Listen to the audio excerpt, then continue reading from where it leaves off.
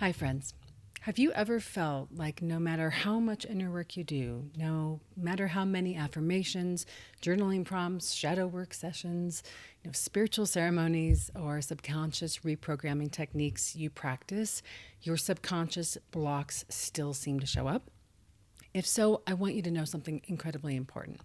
It is not because you're broken, and it's not because you're not doing enough. It is really because you've been taught the wrong approach, in my opinion. And today, I'm going to share with you the real path to permanently shifting subconscious blocks. And it's not by trying to change every negative belief you have. Now, caveat, I'm all for doing affirmations and installing new beliefs via hypnotherapy, subliminal tracks, morning affirmations. I actually use those myself and have for actual decades.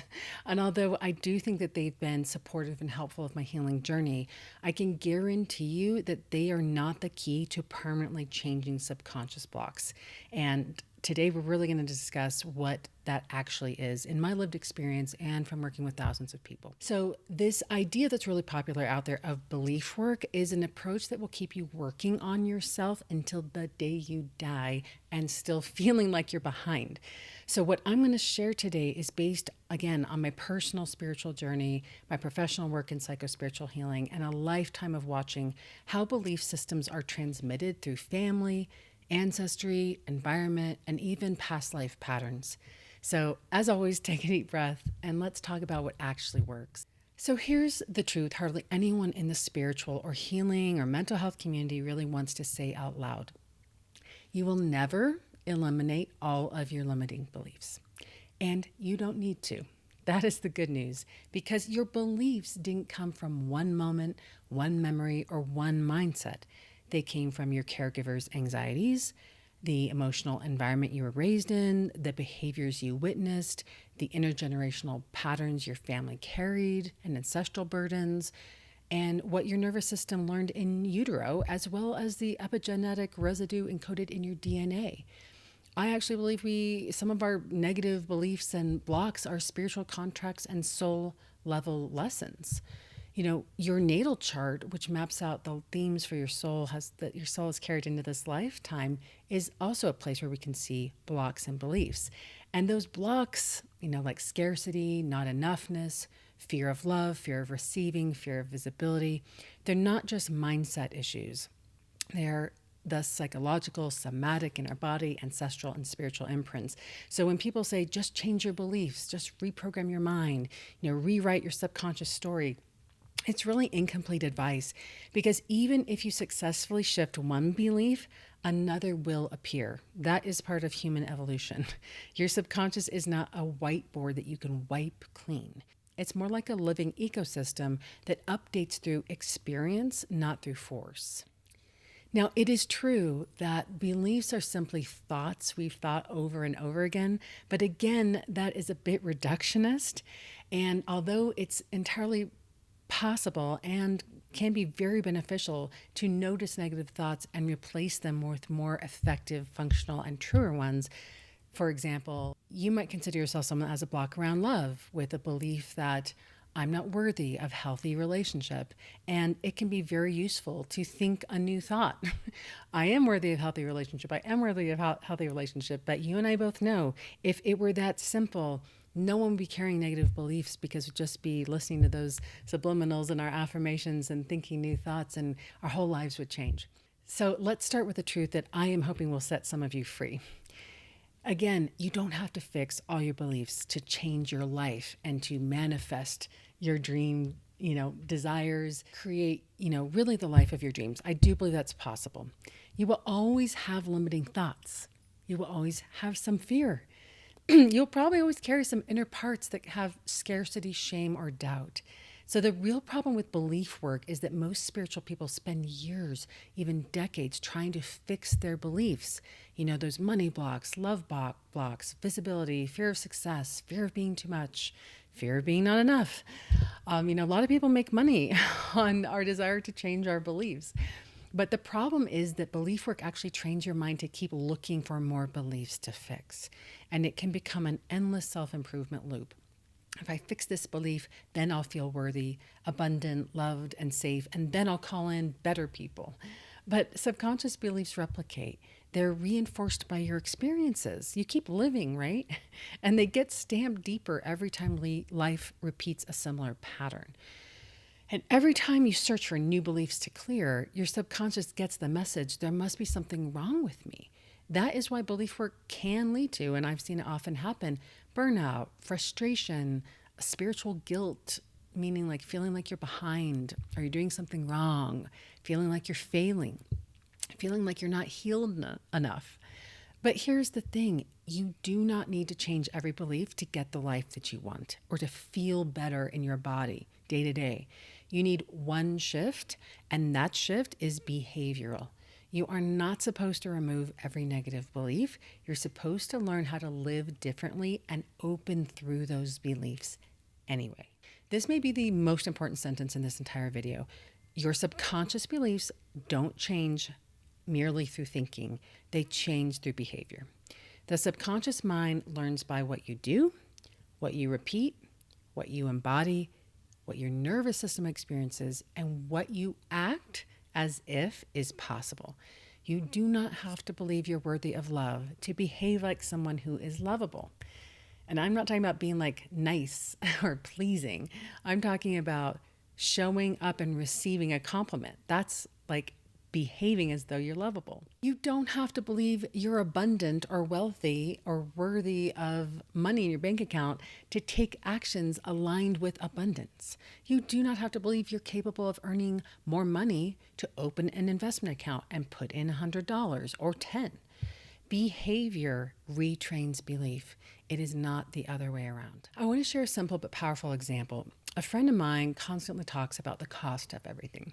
She kind of fixates on making sure she never pays too much for anything. Now, being financially responsible is absolutely healthy, but her behavior reinforces scarcity. Talking about lack, talking about what she can't afford, avoiding anything that feels like an indulgence, staying in the story of there is never enough. So as long as she behaves and makes choices from that state, her subconscious will continue to believe it's true, no matter how much money she actually has. And that's the real cruel thing about belief work. It's not about what's real. It's about how your behavior signals to your nervous system what is true.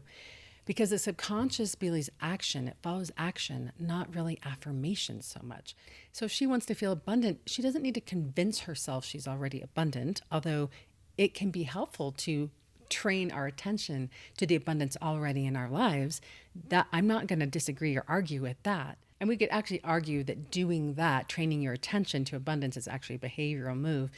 But what I've seen be more effective is she needs to behave in a small way that signals abundance, like allowing herself a simple purchase within her means. That's really how the shift happens. So I'm going to tell you a quick personal story of how I moved to this little ski town that I live in now. For years, I lived in a major city in the Southwest, and it was fine, but my soul was really restless. And I really wanted to live in the mountains.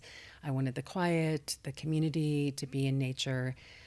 But the town that I loved was and is extremely affluent in general. And everyone in my social circle essentially sent messages over many years of, that's not for us. You can't live there as a LCSW, a social worker. People like us can't afford that. And honestly, on paper, that was true. But here's what I did. I acted as if I already lived there. So for almost 3 years, I shopped there. I volunteered in that town. It was 30 minutes away, 30 minutes away. I biked there. I hiked there. I skied there. I let my nervous system feel at home there. I allowed myself to belong without knowing how it would ever happen, but I behaved in alignment with the life that I wanted, even though I really didn't yet believe it was possible. And then actually everything aligned. The pandemic hit. I was able to use some savings with new financial exceptions that the government was offering that year. I literally found the only property in my price range randomly on the internet, and I bought it literally days before interest rates changed. That home has since been the best investment I have ever made. And now I live the life I once thought was not available to me. I didn't believe it was. And it's not because I cleared that limiting belief. It's because I acted in the direction of what I desired, even with the beliefs still alive in me. The same thing happened with grad school many years ago. I knew I wanted to go. I had no idea how to pay for it. Then out of nowhere, my grandparents gave me $10,000, and that was just enough to start. It's a huge gift, paid for my first year.